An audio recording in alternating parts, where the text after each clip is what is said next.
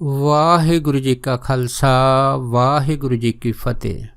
ਗੁਰੂ ਪਿਆਰੀ ਗੁਰੂ ਸਵਾਰੀ ਪਰਮ ਸਤਿਕਾਰਯੋਗ ਸਾਧ ਸੰਗਤ ਜੀਓ, ਅੱਜ ਦਾਸ ਕੁਝ ਮਹਾਤਮਾ ਦੀਆਂ ਪ੍ਰੇਤ ਆਤਮਾਵਾਂ ਦੇ ਨਾਲ ਹੋਈਆਂ ਘਟਨਾਵਾਂ ਦੀ ਕੁਛ ਕੁ ਵਿਚਾਰ ਆਪ ਸਾਰੀਆਂ ਸੰਗਤਾਂ ਨਾਲ ਸਾਂਝਾ ਕਰਦਾ ਹੈਗਾ।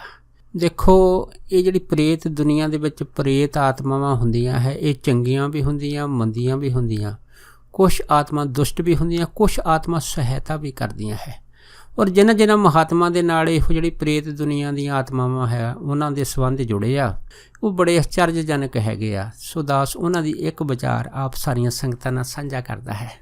ਸੋ ਇੱਕ ਮਹਾਤਮਾ ਦੱਸਦੇ ਸੀਗੇ ਕਿ ਇੱਕ ਵਾਰ ਅਸੀਂ ਗੰਗਾ ਦੇ ਕਿਨਾਰੇ 'ਤੇ ਬੈਠੇ ਭਜਨ ਬੰਦਗੀ ਕਰਦੇ ਸੀ।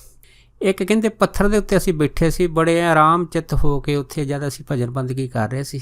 ਅਚਨਚੇਤ ਕਹਿੰਦੇ ਭਜਨ ਬੰਦਗੀ ਕਰਦਿਆਂ ਜਦ ਸਾਡੀ ਅੱਖ ਖੁੱਲ੍ਹੀ ਤਾਂ ਅਸੀਂ ਕੀ ਦੇਖਿਆ ਕਿ ਇੱਕ ਬਿਲਕੁਲ ਸਫੇਦ ਰੰਗ ਦੇ ਕੱਪੜੇ ਪਾਏ ਇੱਕ ਜਿਹੜਾ ਇਨਸਾਨ ਹੈਗਾ, ਕਹਿੰਦੇ ਉੱਥੇ ਪੱਥਰ ਦੇ ਉੱਤੇ ਖੜਾ ਸਾਡੇ ਵੱਲ ਤੱਕ ਰਿਹਾ ਹੈਗਾ। ਕਹਿੰਦੇ ਅਸੀਂ ਕਿ ਵੀ ਸ਼ਾਇਦ ਕੋਈ ਹੋਊਗਾ ਇਸ ਤਰ੍ਹਾਂ ਦਾ, ਆਲੇ ਦੁਆਲੇ ਦਾ ਕੋਈ ਆਦਮੀ ਹੋਊਗਾ ਜਿਹੜਾ ਇਸ ਗੰਗਾ ਘਾਟ 'ਤੇ ਫਿਰਨ ਤੁਰਨ ਆਇਆ। ਉਸ ਤੋਂ ਬਾਅਦ ਕਹਿੰਦੇ ਵੀ ਅਸੀਂ ਫਿਰ ਆਪਣੇ ਧਿਆਨ 'ਚ ਜਦ ਅੱਖਾਂ ਮਿਟ ਕੇ ਕਾਫੀ ਦੇਰ ਭਜਨ ਬੰਦਗੀ ਕੀਤੀ। ਜਦ ਤਕਰੀਬਨ 2 ਘੰਟੇ ਬਾਅਦ ਦੁਬਾਰਾ ਸਾਡੀ ਸੁਰਤ ਜਦ ਬਾਹਰ ਆਈ, ਅਸੀਂ ਕੀ ਦੇਖਿਆ, ਉਹੀ ਆਦਮੀ ਫਿਰ ਖੜਾ ਸਾਡੇ ਵੱਲ ਤੱਕ ਰਿਹਾ ਹੈ। ਕਹਿੰਦੇ ਉਸ ਦਿਨ ਗਰਮੀ ਬੜੀ ਸੀ, ਮਹਾਂਪੁਰਖ ਦੱਸਦੇ ਸੀਗੇ। ਅਤੇ ਕਹਿੰਦੇ ਉਸ ਦਿਨ ਫਿਰ ਅਸੀਂ ਉਸ ਆਦਮੀ ਨੂੰ ਇਸ ਤਰ੍ਹਾਂ ਖੜੇ ਦੇਖ ਕੇ ਮਨ 'ਚ ਬੜੇ ਅਚਰਜ ਹੋਏ। ਅਸੀਂ ਫਿਰ ਕਹਿੰਦੇ ਉਸ ਨੂੰ ਆਵਾਜ਼ ਮਾਰ ਕੇ ਕਹਿ ਦਿੱਤਾ ਕਿ ਮੈਂ ਦੇਖ ਰਿਹਾ ਕਿ ਤੁਸੀਂ ਕਾਫੀ ਦੇਰ ਤੋਂ ਇੱਥੇ ਖੜੇ ਸਾਡੇ ਵੱਲ ਤੱਕ ਰਹੇ ਆ, ਤਾਂ ਤੁਸੀਂ ਖੜੇ ਖੜੇ ਥੱਕ ਜਾਓਗੇ ਅਤੇ ਤੁਸੀਂ ਬੈਠ ਜਾਓ। ਕਹਿੰਦੇ ਜਦ ਮੈਂ ਇੰਨੀ ਗੱਲ ਕਹੀ ਅਤੇ ਕਹਿੰਦੇ ਉਹ ਜਿਹੜਾ ਚਿੱਟੇ ਕੱਪੜਿਆਂ ਵਾਲਾ ਆਦਮੀ ਸੀ ਮੈਨੂੰ ਕਹਿਣ ਲੱਗਾ, ਕਹਿੰਦੇ ਮਹਾਂਪੁਰਖੋ ਬੈਠ ਤਾਂ ਮੈਂ ਜਾਂਦਾ ਹੈਗਾ, ਪਰ ਮੈਨੂੰ ਇੱਕ ਗੱਲ ਦੱਸੋ ਕਿ ਤੁਸੀਂ ਮੈਨੂੰ ਦੇਖ ਕੇ ਕਿਤੇ ਡਰੋਗੇ ਤਾਂ ਨਹੀਂ। ਕਹਿੰਦੇ ਜਦੋਂ ਇੰਨੀ ਗੱਲ ਹੋਈ ਅਤੇ ਕਹਿੰਦੇ ਅਸੀਂ ਉਹਨੂੰ ਹੱਸ ਕੇ ਕਹਿਣ ਲੱਗੇ ਵੀ ਡਰਨਾ ਕਾਹਤੇ ਆ। ਅਤੇ ਕਹਿੰਦੇ ਉਹ ਕਹਿਣ ਲੱਗਾ ਵੀ ਮੈਂ ਇਸ ਕਰਕੇ ਤੁਹਾਨੂੰ ਕਹਿ ਰਿਹਾ ਕਿਉਂਕਿ ਮੈਂ ਇਨਸਾਨ ਨਹੀਂ ਹਾਂ, ਮੈਂ ਪ੍ਰੇਤ ਹਾਂ। ਜਦ ਕਹਿੰਦੇ ਇੰਨੀ ਗੱਲ ਹੋਈ ਤਾਂ ਅਸੀਂ ਉਹਦੇ ਵੱਲ ਬੜੇ ਅਚਰਜ ਨਾਲ ਤੱਕਿਆ ਸੀ ਕਿ ਵੀ ਪ੍ਰੇਤ, ਅਸੀਂ ਤਾਂ ਸੁਣਿਆ ਸੀ ਪ੍ਰੇਤ ਬੜੀਆਂ ਭਿਆਨਕ ਸ਼ਕਲਾਂ ਦੇ ਹੁੰਦੇ ਆ, ਪਰ ਤੂੰ ਤਾਂ ਸਾਨੂੰ ਸਧਾਰਨ ਆਦਮੀ ਦੀ ਤਰ੍ਹਾਂ ਦਿਖਾਈ ਦੇ ਰਿਹਾ ਹੈਗਾ। ਫਿਰ ਉਹ ਕਹਿਣ ਲੱਗਾ ਕਿ ਆਪ ਦੀ ਗੱਲ ਬਿਲਕੁਲ ਠੀਕ ਹੈ, ਕਿਉਂਕਿ ਕੁਛ ਕੰਮ ਹੀ ਜਿਹੜੇ ਹੈ ਮੇਰੇ ਕੋਲ ਇਸ ਤਰ੍ਹਾਂ ਦੇ ਹੋ ਗਏ ਆ ਜਿਹਦੇ ਕਰਕੇ ਮੈਨੂੰ ਪ੍ਰੇਤ ਜੋਨੀ ਪ੍ਰਾਪਤ ਹੋਈ ਆ।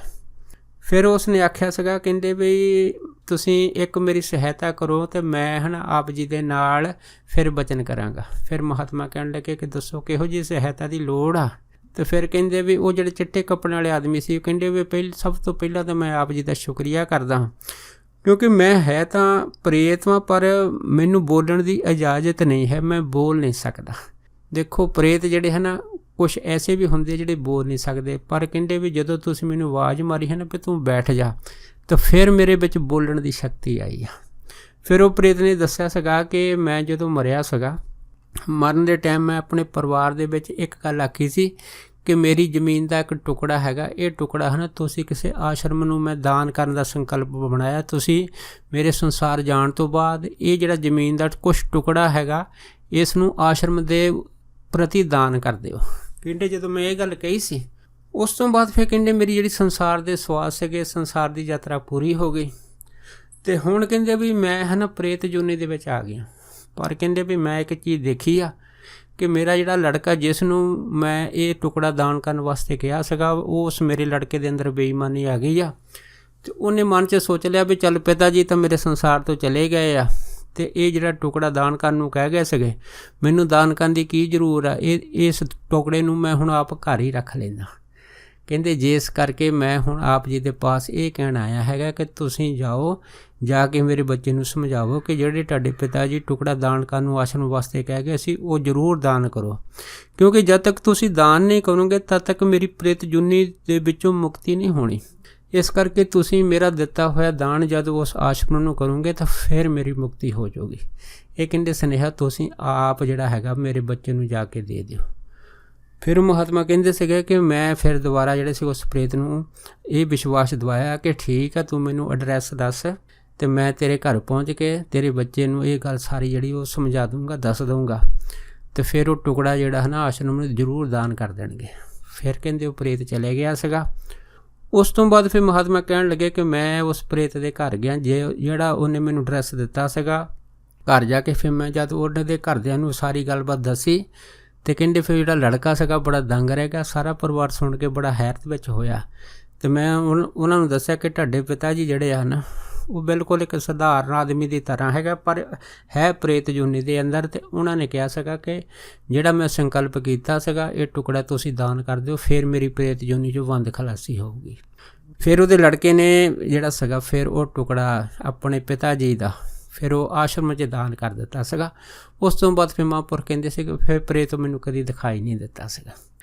ਇਸ ਤਰ੍ਹਾਂ ਇੱਕ ਮਹਾਤਮਾ ਦੱਸਦੇ ਸੀਗੇ, ਕਹਿੰਦੇ ਵੀ ਅਸੀਂ ਵੀ ਇੱਕ ਜਗ੍ਹਾ ਜਦ ਬੈਠੇ ਨਾਮ ਭਜਨ ਸਿਮਰਨ ਕਰਦੇ ਸੀਗੇ, ਅਸੀਂ ਕੀ ਦੇਖਿਆ ਕਿ ਇੱਕ ਲੰਬੀ ਉੱਚੀ ਦੇਹ ਦਾ ਇੱਕ ਆਦਮੀ ਖੜਾ ਕਹਿੰਦੇ ਸਾਡੇ ਵੱਲ ਤੱਕ ਰਿਹਾ ਸੀ। ਕਹਿੰਦੇ ਜਦੋਂ ਅਸੀਂ ਉਸ ਨੂੰ ਦੇਖਿਆ ਤਾਂ ਅਸੀਂ ਕੀ ਦੇਖਿਆ ਕਿ ਉਸ ਦੇ ਵੀ ਕੱਪੜੇ ਸਫੇਦ ਆ ਅਤੇ ਉਸ ਨੇ ਹੱਥ ਦੇ ਵਿੱਚ ਇੱਕ ਮਾਲਾ ਵੀ ਫੜੀ ਹੋਈ ਆ।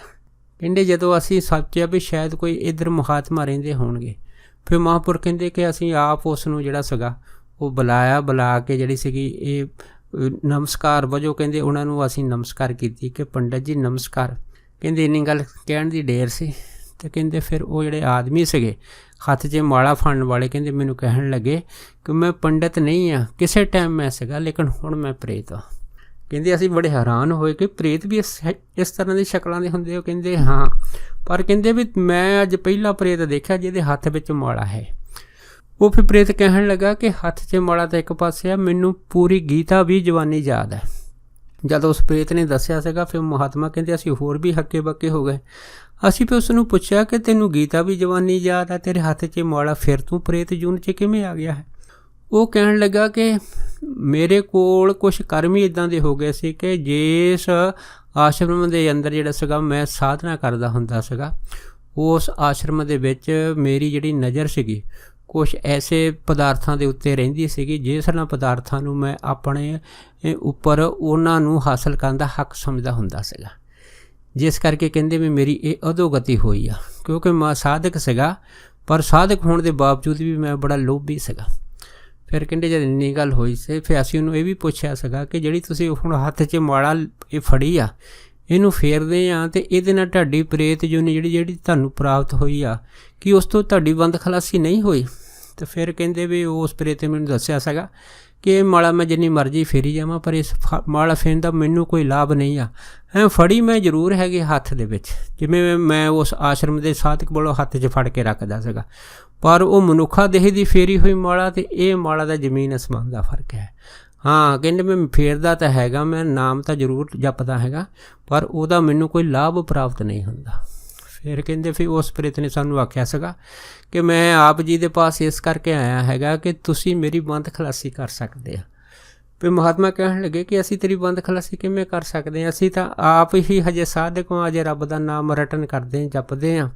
ਫਿਰ ਕਹਿੰਦੇ ਕਹਿਣ ਲੱਗਾ ਕਿ ਤੁਹਾਨੂੰ ਬਹੁਤ ਸਾਰੇ ਜਿਹੜੇ ਸਾਧਕ ਮਹਾਤਮਾ ਜਾਣਦੇ ਆ, ਤੁਸੀਂ ਅਗਰ ਮੇਰੇ ਨਾਂ ਦਾ ਪ੍ਰਸ਼ਾਦਾ ਉਹਨਾਂ ਨੂੰ ਛਕਾ ਦੋਗੇ ਤਾਂ ਉਹ ਸਾਰੇ ਪ੍ਰਸ਼ਾਦਾ ਛਕ ਕੇ ਮੇਰੇ ਨਾਂ ਦੀ ਅਰਦਾਸ ਬੇਨਤੀ ਤੇ ਕੀਰਤਨ ਜਸ ਕਰਨਗੇ ਅਤੇ ਸਾਰੀ ਚੀਜ਼ ਦਾ ਜਿਹੜਾ ਫਲ ਆ ਉਹ ਮੇਰੇ ਨਾਮ ਦੇ ਉੱਤੇ ਅਰਦਾਸ ਵਜੋਂ ਉਸ ਵਾਹਿਗੁਰੂ ਦੇ ਅੱਗੇ ਕਰ ਦੇਣਗੇ, ਤਾਂ ਫਿਰ ਮੇਰੀ ਇਸ ਪ੍ਰੇਤ ਜੂਨੀ ਤੋਂ ਬੰਦ ਖਲਾਸੀ ਹੋ ਜਾਊਗੀ। ਫਿਰ ਕਹਿੰਦੇ ਵੀ ਅਸੀਂ ਉਸ ਪ੍ਰੇਤ ਨੂੰ ਜਿਹੜਾ ਸੀ ਇਹ ਵੀ ਆਸ਼ਵਾਸਨ ਦਵਾਇਆ ਸੀਗਾ, ਚਲੋ ਠੀਕ ਆ ਅਗਰ ਤੁਸੀਂ ਕਹਿੰਦੇ ਆ ਤਾਂ ਕੋਈ ਸਾਧਕ ਜਿਹੜੇ ਸਾਧੂ ਆ ਮੈਨੂੰ ਜਾਣਦੇ ਆ, ਮੈਂ ਉਹਨਾਂ ਨੂੰ ਭੋਜਨ ਛਕਾ ਕੇ ਅਤੇ ਜਿੰਨੇ ਵੀ ਜਿਹੜੇ ਸਾਧੂ ਹੋਣਗੇ ਉਹ ਕੀਰਤਨ ਕਰਨਗੇ, ਤਾਂ ਉਸ ਕੀਰਤਨ ਦਾ ਜਿੰਨਾ ਵੀ ਫਲ ਹੈ ਜੋ ਲੰਗਰ ਛਕਾਇਆ ਉਹਦਾ ਵੀ ਫਲ ਵਾ ਉਹ ਅਰਦਾਸ ਕਰਕੇ ਆਪ ਦੇ ਪ੍ਰਤੀ ਜਿਹੜਾ ਹੈਗਾ ਉਹ ਨਿਰੰਕਾਰ ਦੇ ਅੱਗੇ ਜ਼ਰੂਰ ਕਰਨਗੇ। ਫਿਰ ਕਹਿੰਦੇ ਸੀ ਉਹ ਪ੍ਰੇਤ ਚਲੇ ਗਿਆ ਸੀਗਾ। ਅਸੀਂ ਇਸ ਤਰ੍ਹਾਂ ਕੀਤੀ ਸੀਗੇ, ਕੁਛ ਵੈਸ਼ਨੂ ਸਾਧੂ ਜਿਹੜੇ ਸੀ ਇਕੱਤਰ ਕਰਕੇ ਉਸ ਪ੍ਰੇਤ ਦੇ ਨਾਂ 'ਤੇ ਕਹਿੰਦੇ ਫਿਰ ਅਸੀਂ ਭੋਜਨ ਛਕਾਇਆ ਸੀਗਾ। ਫਿਰ ਉਹਨਾਂ ਨੇ ਕੀਰਤਨ ਜਸ ਕੀਤਾ ਸੀ ਅਤੇ ਹਰੀ ਜਸ ਗਾਇਨ ਕਰਨ ਤੋਂ ਬਾਅਦ ਫਿਰ ਉਹਨਾਂ ਨੇ ਇਹ ਬੇਨਤੀ ਕੀਤੀ ਸੀ ਕਿ ਸਾਰੇ ਦਾ ਜਿਹੜਾ ਫਲ ਹੈਗਾ ਉਹ ਜੋ ਸ਼ਖਸ ਪ੍ਰੇਤ ਦੀ ਜੂਨੀ ਪਿਆ, ਜਿਹਨੂੰ ਗੀਤਾ ਵੀ ਜਵਾਨੀ ਯਾਦ ਹੈਗੀ ਆ, ਅਤੇ ਉਹ ਸਾਧਕ ਸੀਗਾ ਕਿਸੇ ਦੇ ਵਿੱਚ, ਅਤੇ ਇਸ ਕਰਕੇ ਇਹ ਫਲ ਜਿਹੜਾ ਹੈ ਨਾ ਉੱਥੇ ਤੱਕ ਜ਼ਰੂਰ ਪਹੁੰਚਣਾ ਚਾਹੀਦਾ। ਫਿਰ ਕਹਿੰਦੇ ਵੀ ਉਹ ਜਿਹੜਾ ਪ੍ਰੇਤ ਸੀਗਾ ਫਿਰ ਉਹਦੀ ਸਦਗਤੀ ਹੋ ਗਈ ਸੀ। ਇਸੇ ਤਰ੍ਹਾਂ ਇੱਕ ਮਹਾਤਮਾ ਨੇ ਇਹ ਵੀ ਆਪਣੇ ਜੀਵਨ ਦੇ ਵਿੱਚ ਦੱਸਿਆ ਸੀਗਾ ਕਿ ਇੱਕ ਵਾਰ ਜਿਸ ਆਸ਼ਰਮ ਦੇ ਵਿੱਚ ਅਸੀਂ ਰਹਿੰਦੇ ਸੀਗੇ ਉੱਥੇ ਕਹਿੰਦੇ ਕੋਈ ਵੀ ਜਿਹੜਾ ਸਾਧਕ ਸੀਗਾ ਅਗਰ ਕੋਈ ਗਲਤੀ ਕਰਦਾ ਸੀਗਾ ਤਾਂ ਉਸ ਨੂੰ ਕਹਿੰਦੇ ਕੁੱਟ ਬੜੀ ਪੈਂਦੀ ਸੀ, ਪਰ ਕਹਿੰਦੇ ਜਿਹੜਾ ਉਹਨੂੰ ਕੁੱਟਦੀ ਸੀ ਚੀਜ਼ ਉਹ ਸਾਨੂੰ ਨਜ਼ਰ ਨਹੀਂ ਸੀ ਆਉਂਦੀ ਕਿ ਉਹਨੂੰ ਕੌਣ ਕੁੱਟਦਾ ਹੈਗਾ। ਫਿਰ ਜਦ ਉਸ ਆਸ਼ਰਮ ਦੇ ਜਿਹੜੇ ਵੱਡੇ ਮਹਾਤਮਾ ਇੱਕ ਵਾਰ ਜਦ ਉਸ ਆਸ਼ਰਮ ਵਿੱਚ ਆਏ ਸੀ ਇਹ ਘਟਨਾ ਨੂੰ ਸੁਣ ਕੇ, ਅਤੇ ਸਾਰਿਆਂ ਨੇ ਦੱਸਿਆ ਸੀਗਾ ਕਿ ਇੱਥੇ ਕੋਈ ਇਸ ਤਰ੍ਹਾਂ ਦੀ ਆਤਮਾ ਹੈਗੀ ਆ ਜਿਹੜੀ ਸਾਧਕਾਂ ਨੂੰ ਕੁੱਟਦੀ ਆ। ਫਿਰ ਜਦ ਇੰਨੀ ਗੱਲ ਹੋਈ ਸੀ ਤਾਂ ਫਿਰ ਮਹਾਤਮਾ ਕਹਿਣ ਲੱਗੇ ਵੀ ਚਲੋ ਠੀਕ ਆ, ਅੱਜ ਜਦੋਂ ਅਸੀਂ ਰਾਤ ਨੂੰ ਭਜਨ 'ਚ ਬੈਠਾਂਗੇ ਫਿਰ ਧਿਆਨ ਦੇ ਵਿੱਚ ਦੇਖਾਂਗੇ ਕਿ ਉਹ ਕਿਹੜੀ ਆਤਮਾ ਹੈਗੀ। ਫਿਰ ਕਹਿੰਦੇ ਵੀ ਉਹ ਜਿਹੜੇ ਵੱਡੇ ਮਹਾਤਮਾ ਸੀਗੇ, ਜਦ ਰਾਤ ਨੂੰ ਨਾਮ ਭਜਨ ਸਿਮਰਨ ਧਿਆਨ ਦੇ ਵਿੱਚ ਬੈਠੇ ਸੀ, ਫਿਰ ਉਹਨਾਂ ਨੇ ਉਸ ਆਤਮਾ ਨੂੰ ਬੁਲਾਇਆ ਸੀ ਕਿ ਜਿਹੜੀ ਉਸ ਆਸ਼ਰਮ ਦੇ ਵਿੱਚ ਹੀ ਰਹਿੰਦੀ ਸੀ। ਫਿਰ ਕਹਿੰਦੇ ਉਸ ਆਤਮਾ ਨੇ ਕਬੂਲ ਕੀਤਾ ਸੀਗਾ ਕਿ ਮੈਂ ਪ੍ਰੇਤ ਹਾਂ, ਪਰ ਮੈਂ ਕੋਈ ਬਾਹਰ ਦਾ ਪ੍ਰੇਤ ਨਹੀਂ ਹਾਂ, ਮੈਂ ਇਸੇ ਹੀ ਆਸ਼ਰਮ ਦਾ ਇੱਕ ਸਾਧਕ ਹੈਗਾ। ਪਰ ਕਹਿੰਦੇ ਵੀ ਗੱਲ ਇਹ ਹੈਗੀ ਕਿ ਮੇਰੀ ਸਾਧਨਾ ਪੂਰੀ ਨਹੀਂ ਹੋਈ, ਕੁਛ ਕਾਰਨਾਂ ਕਰਕੇ ਮੈਨੂੰ ਪ੍ਰੇਤ ਜੋਨ ਪ੍ਰਾਪਤ ਹੋਈ ਆ। ਕਿਉਂਕਿ ਜਿਹੜੇ ਮਹਾਂਪੁਰਖਾਂ ਨੇ ਇਸ ਆਸ਼ਰਮ ਦੇ ਵਿੱਚ ਨਾਮ ਭਜਨ ਸਿਮਰਨ ਵਾਸਤੇ ਅਸੂਲ ਦੱਸੇ ਸੀਗੇ ਸਾਧਕ ਵਾਸਤੇ, ਉਹਨਾਂ ਅਸੂਲਾਂ ਨੂੰ ਮੈਂ ਕਹਿੰਦੇ ਧਾਰ ਨਹੀਂ ਕਰ ਸਕਿਆ। ਹਾਂ, ਦਿਖਾਵੇ ਦੇ ਤੌਰ 'ਤੇ ਕਹਿੰਦੇ ਵੀ ਮੈਂ ਕੋਸ਼ਿਸ਼ ਕਰਦਾ ਸੀਗਾ ਕਿ ਲੋਕ ਮੈਨੂੰ ਕਹਿਣ ਕਿ ਇਹ ਸਾਧਕ ਹੈ, ਪਰ ਅੰਦਰ ਮੇਰੇ ਸਾਧਨਾ ਨਾਂ ਦੀ ਕੋਈ ਚੀਜ਼ ਨਹੀਂ ਸੀ। ਇਸ ਕਰਕੇ ਕਹਿੰਦੇ ਵੀ ਇਹ ਜਿਹੜੀ ਚੀਜ਼ ਸੀਗੀ, ਇਸੇ ਕਰਕੇ ਹੀ ਮੈਨੂੰ ਜਿਹੜੀ ਹੈ ਉਹ ਬ੍ਰਹਮ ਰਾਕਸ਼ ਦੀ ਜੋਨ ਪ੍ਰਾਪਤ ਹੋਈ ਹੈ। ਫਿਰ ਉਸਨੇ ਮਹਾਂਪੁਰਖਾਂ ਨੂੰ ਇਹ ਦੱਸਿਆ ਸੀਗਾ ਕਿ ਮੈਂ ਇਸੇ ਹੀ ਆਸ਼ਰਮ ਦੇ ਵਿੱਚ ਪੜ੍ਹਿਆ ਲਿਖਿਆ ਹੈਗਾ, ਇੱਥੋਂ ਵਿੱਦਿਆ ਹਾਸਲ ਕੀਤੀ ਹੈ, ਪਰ ਪ੍ਰੇਤ ਬਣ ਕੇ ਮੈਂ ਇੱਥੇ ਹੀ ਰਹਿੰਦਾ ਹੁਣ। ਫਿਰ ਇੰਨੀ ਗੱਲ ਹੋਈ ਸੀ। ਫਿਰ ਮਹਾਂਪੁਰਖ ਨੇ ਆਖਿਆ ਸੀਗਾ ਵੀ ਚਲੋ ਠੀਕ ਆ, ਪਰ ਤੂੰ ਮੈਨੂੰ ਇਹ ਦੱਸ ਵੀ ਜਿੰਨੇ ਵੀ ਸਾਧਕ ਇਸ ਆਸ਼ਰਮ ਦੇ ਵਿੱਚ ਰਹਿੰਦੇ ਆ, ਉਹਨਾਂ ਨੂੰ ਤੂੰ ਮਾਰਦਾ ਕੁੱਟਦਾ ਕਿਉਂ ਹੈ, ਕਿਉਂ ਉਹਨਾਂ ਨੂੰ ਫੜਦਾ ਹੈ? ਜਦ ਇੰਨੀ ਗੱਲ ਹੋਈ ਸੀ, ਫਿਰ ਉਸ ਪ੍ਰੇਤ ਆਤਮਾ ਨੇ ਮਹਾਂਪੁਰਖਾਂ ਨੂੰ ਦੱਸਿਆ ਸੀਗਾ ਕਿ ਮੈਂ ਉਸ ਸਾਧਕ ਨੂੰ ਹੀ ਫੜਦਾ ਹੈਗਾ ਜਿਹੜਾ ਸਾਧਕ ਇਸ ਆਸ਼ਰਮ ਦੇ ਅਸੂਲ ਕਾਨੂੰਨਾਂ ਦੀ ਉਲੰਘਣਾ ਕਰਦਾ ਹੈਗਾ, ਅਤੇ ਮੈਂ ਇਸ ਕਰਕੇ ਉਹਨੂੰ ਮਾਰਦਾ ਕੁੱਟਦਾ ਹੈਗਾ। ਅਤੇ ਮੇਰੇ ਮਨ ਦੇ ਵਿੱਚ ਇਹ ਹੈਗਾ ਕਿ ਜਿਸ ਤਰ੍ਹਾਂ ਮੈਨੂੰ ਇਹ ਪ੍ਰੇਤ ਜੋਨੀ ਪ੍ਰਾਪਤ ਹੋਈ ਆ, ਬ੍ਰਹਮ ਰਾਕਸ਼ ਦੀ ਜੋਨ ਪ੍ਰਾਪਤ ਹੋਈ ਆ, ਕਿਤੇ ਸਾਧਕ ਇਸ ਤਰ੍ਹਾਂ ਕਾਨੂੰਨ ਦੀ ਉਲੰਘਣਾ ਕਰਨਗੇ ਅਤੇ ਇਹ ਵੀ ਕਿਤੇ ਬ੍ਰਹਮ ਰਾਕਸ਼ ਦੀ ਜੂਨ ਦੇ ਵਿੱਚ ਨਾ ਪੈ ਜਾਣ। ਇਸ ਕਰਕੇ ਮੈਂ ਇਹਨਾਂ ਨੂੰ ਇਸ ਜੂਨ ਤੋਂ ਬਚਾਉਣ ਵਾਸਤੇ ਇਹਨਾਂ ਨੂੰ ਇਹ ਸਜ਼ਾ ਦਿੰਦਾ ਹੈ। ਜਦ ਇੰਨੀ ਗੱਲ ਹੋਈ ਸੀ, ਫਿਰ ਮਹਾਂਪੁਰਖ ਨੇ ਕਿਹਾ ਸੀਗਾ ਕਿ ਚੱਲ ਠੀਕ ਆ, ਪਰ ਕਹਿੰਦੇ ਵੀ ਗੱਲ ਇੱਕ ਹੈਗੀ ਆ ਕਿ ਹੁਣ ਤੂੰ ਆਪ ਹੀ ਬ੍ਰਹਮ ਰਾਕਸ਼ ਇਸ ਦੇ ਵਿੱਚ ਰਹਿੰਦਾ ਹੈ, ਜਿਹਦੇ ਕਰਕੇ ਸਾਧਕਾਂ ਦੇ ਅੰਦਰ ਇਸ ਆਸ਼ਰਮ ਦੇ ਵਿੱਚ ਤੇਰਾ ਬੜਾ ਡਰ ਭੈ ਬਣ ਗਿਆ ਹੈਗਾ। ਇਸ ਕਰਕੇ ਤੂੰ ਇਹ ਆਸ਼ਰਮ ਛੋੜ ਕੇ ਦੂਜੇ ਪਾਸੇ ਚਲਾ ਜਾ, ਤਾਂ ਜੋ ਇੱਥੇ ਜਿਹੜੇ ਸਾਧਕ ਹੈਗੇ ਆ ਉਹ ਨਿਰਵਿਘਨ ਹੋ ਕੇ ਨਾਮ ਭਜਨ ਸਿਮਰਨ ਦੀ ਕਮਾਈ ਕਰ ਸਕਣ। ਫਿਰ ਉਸ ਬ੍ਰਹਮ ਰਾਕਸ਼ ਨੇ ਮਹਾਂਪੁਰਖਾਂ ਨੂੰ ਦੱਸਿਆ ਸੀਗਾ, ਉਹ ਕਹਿਣ ਲੱਗਾ ਵੀ ਠੀਕ ਆ, ਮੈਂ ਚਲਾ ਜਾਂਦਾ, ਪਰ ਇੱਕ ਬੇਨਤੀ ਮੈਂ ਆਪ ਜੀ ਦੇ ਪਾਸੇ ਕਰਨ ਆਇਆ ਕਿ ਤੁਸੀਂ ਹੈ ਨਾ ਮੇਰਾ ਇਸ ਬ੍ਰਹਮ ਰਾਕਸ਼ ਦੀ ਜੂਨੀ ਤੋਂ ਆਧਾਰ ਕਰ ਸਕਦੇ ਆ। ਆਧਾਰ ਵੀ ਇਸੇ ਤਰੀਕੇ ਨਾਲ ਕਰ ਸਕਦੇ ਆ ਕਿ ਜਿੰਨੇ ਵੀ ਸਾਧਕ ਹੈਗੇ ਆ, ਇਹ ਇਕੱਠੇ ਹੋ ਕੇ 1 ਸਾਲ ਦਾ ਜਿਹੜਾ ਨਾਮ ਜਪ ਦੀ ਕਮਾਈ ਆ, ਉਸ ਨਾਮ ਦਾ ਜਪ ਦੀ ਕਮਾਈ ਨੂੰ ਮੇਰੇ ਪ੍ਰਤੀ ਅਰਪਣ ਕਰਨ ਅਤੇ ਮੇਰੇ ਆ ਨਾਮ ਦਾ ਭੰਡਾਰਾ ਕਰਕੇ ਸੰਗਤਾਂ ਨੂੰ ਪ੍ਰਸ਼ਾਦਾ ਛਕਾਉਣ, ਅਤੇ ਫਿਰ ਮੇਰੀ ਇਸ ਬ੍ਰਹਮ ਰਾਕਸ਼ ਜੂਨੀ ਜਿਹੜੀ ਪ੍ਰੇਤ ਦੀ ਮਿਲੀ ਹੈ ਤੋਂ ਬੰਦ ਖਲਾਸੀ ਹੋ ਜਾਏਗੀ। ਫਿਰ ਉਹ ਮਹਾਂਪੁਰਖ ਕਹਿਣ ਲੱਗੇ ਵੀ ਚੱਲ ਠੀਕ ਆ, ਅਸੀਂ ਤੇਰਾ ਵੀ ਕੰਮ ਕਰ ਦਿੰਦੇ ਹਾਂ, ਪਰ ਸਾਨੂੰ ਕਿਵੇਂ ਪਤਾ ਲੱਗੂਗਾ ਕਿ ਤੇਰੀ ਜਿਹੜੀ ਆ ਇਹ ਜੂਨ ਕੱਟੀ ਗਈ ਆ? ਫਿਰ ਉਹ ਪ੍ਰੇਤ ਨੇ ਕਿਹਾ ਸੀਗਾ ਕਿ ਜਿਸ ਦਿਨ ਤੁਸੀਂ ਇਹ ਕੰਮ ਕਰ ਦੋਗੇ, ਮੈਂ ਆਪ ਜੀ ਦੇ ਪਾਸ ਆਊਂਗਾ ਅਤੇ ਆਪ ਜੀ ਨੂੰ ਜ਼ਰੂਰ ਦੱਸ ਕੇ ਜਾਊਂਗਾ। ਫਿਰ ਦੇਖੋ ਇਸੇ ਤਰ੍ਹਾਂ ਜਿਹੜੇ ਸਾਧਕ ਸੀਗੇ ਜਿਨ੍ਹਾਂ ਨੇ ਇੱਕ ਸਪੈਸ਼ਲ ਨਾਮਦਾਨ ਦਾ ਸਮਾਂ ਰੱਖਿਆ ਸੀਗਾ, ਉਹਦਾ ਸਾਰਾ ਫਲ ਜਿਹੜਾ ਸੀਗਾ 1 ਸਾਲ ਉਹ ਪ੍ਰੇਤ ਨੂੰ ਦਿੰਦੇ ਸੀਗੇ। ਉਸ ਤੋਂ ਬਾਅਦ ਫਿਰ ਉਹਦੇ ਨਾਂ ਦਾ ਭੰਡਾਰਾ ਕੀਤਾ। ਭੰਡਾਰਾ ਕਰਕੇ ਫਿਰ ਉਹ ਪ੍ਰੇਤ ਜਿਹੜਾ ਸੀ ਰਾਤ ਨੂੰ ਜਦ ਭੰਡਾਰਾ ਹੋਇਆ ਸੀ ਸਾਲ ਬਾਅਦ, ਫਿਰ ਉਹਨਾਂ ਮਹਾਤਮਾ ਦੇ ਪਾਸ ਆਇਆ ਸੀਗਾ। ਫਿਰ ਉਹਨੂੰ ਆਖਿਆ ਸੀਗਾ ਕਿ ਮੇਰੀ ਜਿਹੜੀ ਹੈ ਇਸ ਬ੍ਰਹਮ ਰਾਕਸ਼ ਪ੍ਰੇਤ ਦੀ ਜੂਨੀ ਤੋਂ ਬੰਦ ਖਲਾਸੀ ਹੋ ਗਈ ਆ, ਅਤੇ ਹੁਣ ਮੈਂ ਹੈ ਨਾ ਦੂਸਰੀ ਜਗ੍ਹਾ ਜਾ ਰਿਹਾ, ਪਰ ਕਿਹੜੀ ਜਗ੍ਹਾ ਜਾ ਰਿਹਾ ਕਹਿੰਦੇ ਮੈਨੂੰ ਇੰਨਾ ਨਹੀਂ ਪਤਾ, ਪਰ ਹਾਂ ਇੰਨਾ ਜ਼ਰੂਰ ਪਤਾ ਹੈਗਾ ਕਿ ਇੱਕ ਸੁੰਦਰ ਵਿਮਾਨ ਮੈਨੂੰ ਲੈਣ ਵਾਸਤੇ ਆਇਆ, ਅਤੇ ਉਸ ਵਿਮਾਨ ਦੇ ਵਿੱਚ ਦਿਵ ਪੁਰਸ਼ ਬੈਠੇ ਆ, ਅਤੇ ਉਹ ਕਹਿੰਦੇ ਆ ਕਿ ਭਾਈ ਤੈਨੂੰ ਹੁਣ ਇੱਕ ਉੱਚੇ ਮੰਡਲਾਂ ਦੇ ਵਿੱਚ ਲਿਜਾ ਕੇ ਉੱਥੇ ਸਦਾ ਵਾਸਤੇ ਆਨੰਦ ਅਤੇ ਖੇੜੇ ਵਾਲਾ ਜੀਵਨ ਤੈਨੂੰ ਜ਼ਰੂਰ ਦਿਆਂਗੇ। ਸੋ ਇਸ ਤਰ੍ਹਾਂ ਕਹਿੰਦੇ ਉਸ ਪ੍ਰੇਤ ਦੀ ਵੀ ਜਿਹੜੀ ਸੀ ਉਹ ਬੰਦ ਖਲਾਸੀ ਹੋਈ ਸੀ। ਸੋ ਇਸੇ ਤਰ੍ਹਾਂ ਨਾ ਇੱਕ ਮਹਾਤਮਾ ਉਹ ਦੱਸਦੇ ਸੀਗੇ ਕਿ ਜਦੋਂ ਮੈਂ ਬੱਚਾ ਸੀਗਾ, ਛੋਟੀ ਉਮਰ ਦਾ ਸੀਗਾ, ਅਤੇ ਜਿਸ ਜਗ੍ਹਾ ਮਹਾਂਪੁਰਖਾਂ ਤੋਂ ਮੈਂ ਸਾਧਨਾ ਸਿੱਖਦਾ ਹੁੰਦਾ ਸੀਗਾ, ਉਸ ਜਗ੍ਹਾ ਦੇ ਵਿੱਚ ਅਤੇ ਜਿੱਥੇ ਮੈਂ ਘਰ ਰਹਿੰਦਾ ਹੁੰਦਾ ਸੀ ਉਹਦੇ ਵਿੱਚ ਤਕਰੀਬਨ ਕਹਿੰਦੇ ਵੀ 2-3 ਕਿਲੋਮੀਟਰ ਦਾ ਜਿਹੜਾ ਫਾਸਲਾ ਹੁੰਦਾ ਸੀ, ਲੇਕਿਨ ਜਿਹੜਾ 2-3 ਕਿਲੋਮੀਟਰ ਦਾ ਰਸਤਾ ਹੁੰਦਾ ਸੀ ਬੜਾ ਵਿਖੜਾ ਹੁੰਦਾ ਸੀ। ਉਹਦੇ ਵਿੱਚ ਵਜੇ ਝਾੜ ਬੁੱਝੇ ਜੰਗਲੀ ਇਲਾਕਾ ਸੀਗਾ। ਕਹਿੰਦੇ ਜਦੋਂ ਮੈਂ ਰਾਤ ਨੂੰ ਜਿਹੜਾ ਸੀ ਜਾਂਦਾ ਹੁੰਦਾ ਸੀਗਾ ਤਾਂ ਮੈਨੂੰ ਉਹਦੇ ਵਿੱਚੋਂ ਬੜਾ ਭੈ ਹੁੰਦਾ ਸੀ। ਫਿਰ ਉਹਨਾਂ ਮਹਾਤਮਾ ਨੇ ਦੱਸਿਆ ਸੀਗਾ ਕਿ ਉਸ ਟਾਈਮ ਮੇਰੀ ਉਮਰ ਜਿਹੜੀ ਸੀ ਉਹ 9-10 ਸਾਲ ਦੇ ਕਰੀਬ ਸੀ। ਇੱਕ ਦਿਨ ਮੈਂ ਜਾ ਰਿਹਾ ਸੀਗਾ, ਇੱਕ ਬੜਾ ਭਿਆਨਕ ਜਿਹੜਾ ਪ੍ਰੇਤ ਸੀ ਕਹਿੰਦੇ ਉਸ ਹੀ ਬੀਆਬਾਨ ਦੇ ਵਿੱਚੋਂ ਕਹਿੰਦੇ ਮੇਰੇ ਪਿੱਛੇ ਦੌੜਿਆ ਸੀਗਾ। ਪਰ ਕਹਿੰਦੇ ਇੱਕ ਕਮਾਲ ਦੀ ਗੱਲ ਇਹ ਆ ਕਿ ਉਸ ਦਾ ਮੇਰੇ ਪਿੱਛੇ ਦੌੜਨਾ ਅਤੇ ਬਹੁਤ ਜਿਵੇਂ ਇਉਂ ਕਹਿ ਲਓ ਵੀ ਜਿਵੇਂ ਜਾਨਵਰ ਫੂਕਾਂ ਮਾਰਦੇ ਜੰਗਲ ਦੇ, ਇਸ ਤਰ੍ਹਾਂ ਕਹਿੰਦੇ ਉਹਨੇ ਉੱਚੀ ਉੱਚੀ ਫੂਕਾਂ ਮਾਰਨੀਆਂ ਸ਼ੁਰੂ ਕੀਤੀਆਂ। ਪਰ ਕਹਿੰਦੇ ਮੈਂ ਉਹਦੀ ਇਹ ਭਿਆਨਕ ਆਵਾਜ਼ਾਂ ਸੁਣ ਕੇ ਤੇ ਜਿੰਨਾ ਤੇਜ਼ ਭਾਗ ਦੌੜਦਾ ਸੀਗਾ ਉਹ ਪ੍ਰੇਤ ਜਿਹੜਾ ਸੀ ਉਨਾ ਹੀ ਤੇਜ਼ ਫੂਕਾ ਮਾਰ ਮਾਰ ਕੇ ਮੈਨੂੰ ਡਰਾ ਕੇ ਨਠਾ ਰਿਹਾ ਸੀ।